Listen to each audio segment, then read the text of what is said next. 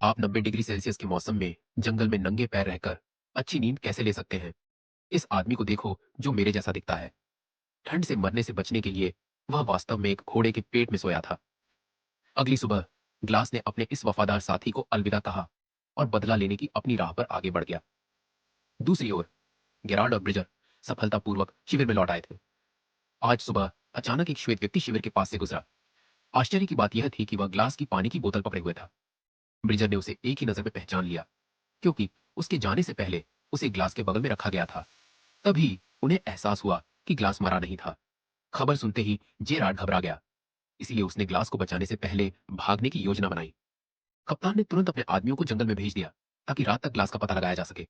अंततः उन्हें जंगल में ग्लास मिला, जो थका हुआ था।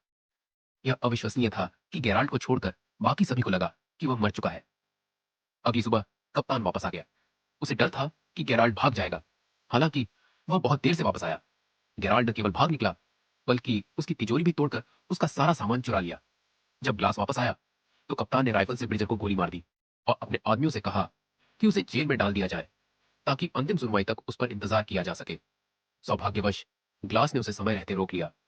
ग्लास ने कप्तान को बताया कि क्या हुआ था और कहा कि ब्रिजर को इस बात का कोई अंदाजा नहीं था कि यह गेराल्ड ही था जिसने उसके बेटे को मार डाला और ब्रिजर को धोखा दिया।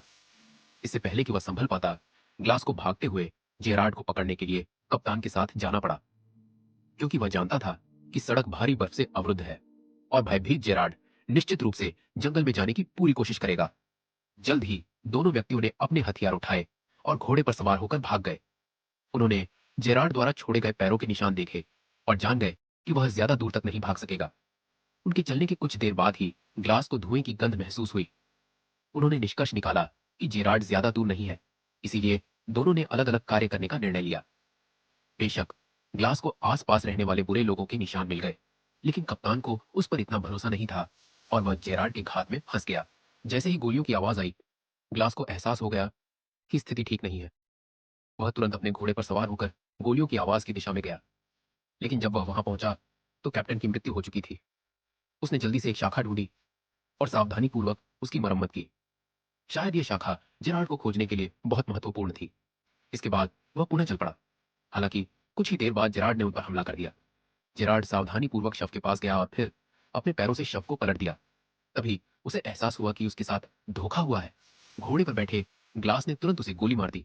काफी दूर तक पीछा करने के बाद गेराल्ड जंगल में भाग गया और दोनों के बीच गोलीबारी शुरू हो गई। गेराल्ड दुर्घटनावश पहाड़ी से नीचे गिर गया और ग्लास बिना किसी हिचकिचाहट के नीचे कूद गया। इस समय तक उनकी सारी गोलियां खत्म हो चुकी थी। गेराल्ड जानता था कि उसकी शारीरिक शक्ति समाप्त हो चुकी थी। वह मरते दम तक यह समझाने की कोशिश करना चाहता था कि उसने गलती से अपने बेटे को मार दिया, लेकिन क्या ऐसा स्पष्टीकरण काम करेगा? ग्लास ने आगे छलांग लगाई और तुरंत उसकी दो उंगलियां कट गईं। दोनों के बीच तुरंत ही घमासान युद्ध शुरू हो गया।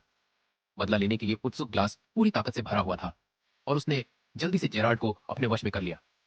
लेकिन जैसे ही वह उस बुरे आदमी का गला घोंटने वाला था, अचानक उसे दूर से घोड़े की टापों की आवाज सुनाई दी। उसने ऊपर देखा तो पाया कि ली जनजाति उसका पीछा कर रही थी। ग्लास ने अपनी पूरी ताकत लगाकर जेरार्ड को नदी में फेंक दिया और धारा के साथ चलने लगा। दूसरी ओर ली जनजाति के सदस्यों ने जेरार्ड को पकड़ लिया।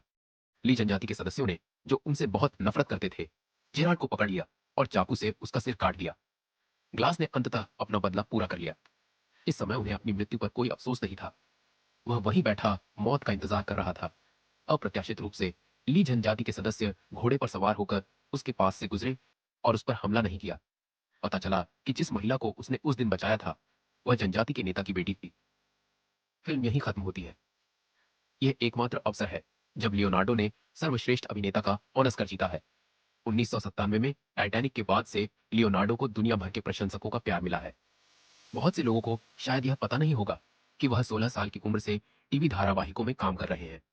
हो सकता है कि उनकी चमकदार और उत्कृष्ट उपस्थिति के कारण लोग उनके अभिनय कौशल को नजरअंदाज कर दें।